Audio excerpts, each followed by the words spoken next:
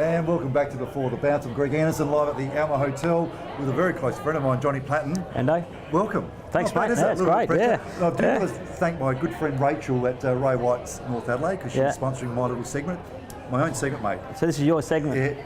Wow. On the couch of Ando. I love it. I'm special. The couch of Ando. I'm the first one. Yeah, the first one. Yep. So Ray White, thank you very, very much for your sponsorship, mate. We talk about a career, and there's probably not too many better, and you look at we've got 258 games, a whole heap of state footy, which we'll get to, because we were lucky enough to play many state games together, and some great victories against the old Victorians. Great days. Plenty of goals, a couple of hundred of those as well. We got McGarry Medal, Brownlow. It just doesn't stop. Done AFL Hall of Fame, SNFL Hall of Fame. It's just fantastic. And it was interesting because you went over, I think in 1985, 86 was it? Yeah. And just as we know, as the Rat, that we knew you were a superstar for SNFL. But it's the big league over there. It is. It was big. Do you think you're going to fit in as well as you did? Oh, it was. I don't know. I suppose you always, as a kid growing up, I always wanted to play in the VFL. Yeah. Growing up, I was a Carlton supporter. Yep. And just one thing which I always wanted to do was to play at the highest level. It was. And I was lucky enough to play in that era through the 80s, against yourself and your Kernahan, Bradleys and Mike. But I thought that the 80s was the pinnacle of SANFL footy. I'm not trying to be sort of big-headed here, but I just thought that the 80s was an awesome side, an awesome era through the 80s. We beat Victoria in the state games, we beat WA in the state games. We were probably classed as the #1 state in football during that early 80s to the mid 80s. Well, I remember Malcolm Blight actually said one of the best teams he actually played in was the 85 state side that we played, State of Origin, in Perth. Yeah. Another great game by yourself. Smashed them, I think Blighty kicked 4 or 5 goals. Yeah. But you look at the lineup, you're right, you got your Kernahans, your Bradleys, you got Dermot, Jarmans, you got your Jarmans, the big Rendell Bradley, in the mark, so it was a fantastic side. And all of us would just hang around the SNFL and week in, week out playing against each other, and it certainly had a fantastic level at that stage. It was, because at that level, I think that guys wanted to play 100 games for their club in the SANFL League. They wanted to play state footy. They they didn't want to leave at the 17, 18-year-old kid where what they're doing nowadays in the draft system. I think the draft system should be around about that 21-year-old who's played probably 3 or 4 years with the SANFL, played 50 games, finish their schooling, finish their uni degree and things like that, so that they can go into the AFL at the age of whatever, 20, 21, 22, knowing that they've got good base of football, work sense, and to know about the game instead of just throwing them at 17, 18, where they leave home and they got no idea what's going to happen in the big world. Because when you look at it back in those days, it was interesting. My first game back in '83, I think it was 21,000 against Sturt. It was Peter Motley on the other side, Neil Craig, Rick Davies, and my side, Russell Evert, and you were in the same probably in your first game, having some of your childhood heroes playing on the side, and against household names. They were. Great grounding, isn't it? Yeah. It's a great grounding, so that's the way it should be. And we had great grounding in our SANFL League.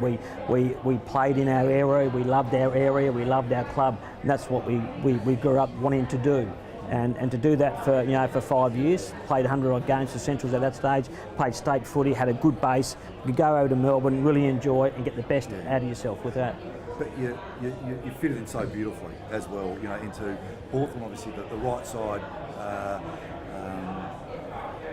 For you personally, I'm sure you had a fantastic team, and you just with the icing on the cake that just gave us fantastic speed and aggression at the ball. And hang on, premiership first year. It was. I was pretty lucky enough that probably back in the at the end of '85, Lee Matthews had just retired. Yep. So there was a fairly big hole to fit with him being a midfielder, forward pocket, a goal kicking type of player. So I just thought that going to Hawthorn at the end of '85 was a great opportunity for myself. It's opened up a lot of doors. And then premierships would have been 4 premierships. Yeah, it was amazing. Well, I love how you say that. You had the great grounding to really step into a great competition, tough competition. You had great names. We both had great names around us when we went over to Melbourne. but you sort of felt like you'd done your apprenticeship. Oh yeah, and 5 you're ready years. to go. Yeah, you were. Yeah, I was taunted to go over at the end of '84 after winning the Gary Medal, but I thought, look, I'm just under the 100 games. I've only played for 4 years. Lucky enough to win. I did love my doggies, and I thought they had one more year to see if I can win that first premiership with the doggies, but unfortunately we didn't. So I finished up staying for one more year. It's the same as Kernahan, Bradley and Motley and these sorts of blokes. They all went over at their 21, 22, 23-year-olds. And, you know, I think, yourself, when did you go? 22. Yeah, same, yeah. 100 games. Yeah, So Naley done did my the same. apprenticeship, So we had a real good base of our game, and we knew what to expect because we played state footy. Yeah. We had a great base. Yeah. It was good. It was a good base. And some of the names that you played with, though, I mean, you got Dermot Brereton, Dipper, you know, Michael Tuck, who's one of my favourite all-time players. He was my favourite, and I suppose all those blokes, we had different types of characters. We had blokes who were crazy blokes, who were and they could show it on fun. the field in those days. days. They did. Yeah, it had a bit of character about them, but also we had another crew who were shy, and but they were great footballers. They were great blokes. They, that's what makes the team so successful, because we had different types of blokes playing all at once, and that got the 70,000, 80,000 every week to the MCG or VFL Park. Because I was actually standing next to Kevin Sheedy when that quarter time huddle when Dermot Brereton ran for us. Yeah. And so he actually hit my shoulder, basically hit Sheedy's shoulder, and we all go, "What's going on?" I mean, what a character. Well, it's funny to say that because the rest of the blokes at Hawthorn, they saw Dermot walking towards the huddle.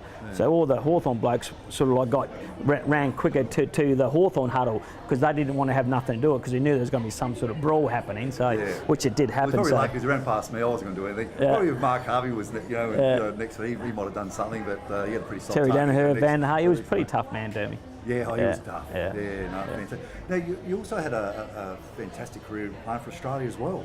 You had some great, we called them Test, didn't we? The Test, the Gardy Games, and I was lucky enough to play in pretty much not the first one, but the second one back in 1984. Yep. And there was 6 of us from Adelaide. There was Kernahan, Bradley, Motley, myself, Aish and McIntosh. So we were lucky enough to go over to Ireland in '84, and we had a great trip. We were over there for about just under 4 weeks, and it was great. It was not a great opportunity, because you don't have the opportunity to play for your country. You sing the national anthem. It's and fantastic. It was great to play in front of like 75,000 people at Croke Park. It was a great experience.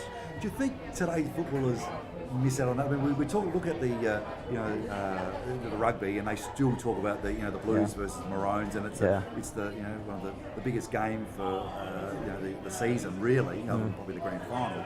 And I look at my state footy as really some of the pinnacle and some of the greatest games that I've been part of, because I actually beat Victoria. It was as a kid just growing up, and we always lost, and then I'm part of the team that we beat Victoria.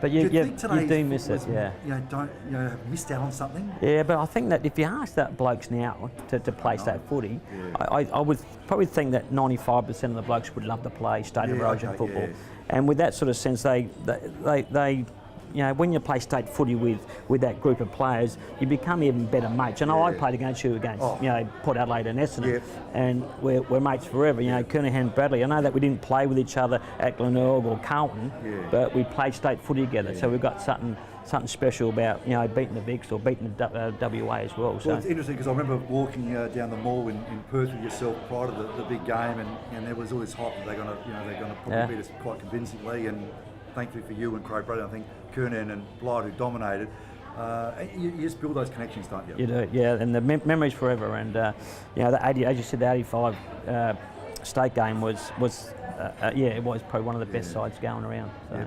And going back into days with your Centrals, and I love my days at Port Adelaide as well. Some of your great games that you remember. Oh God, I played North Adelaide at Elizabeth. Their last game in '84. I kicked 9 goals, 1, so that was pretty exciting.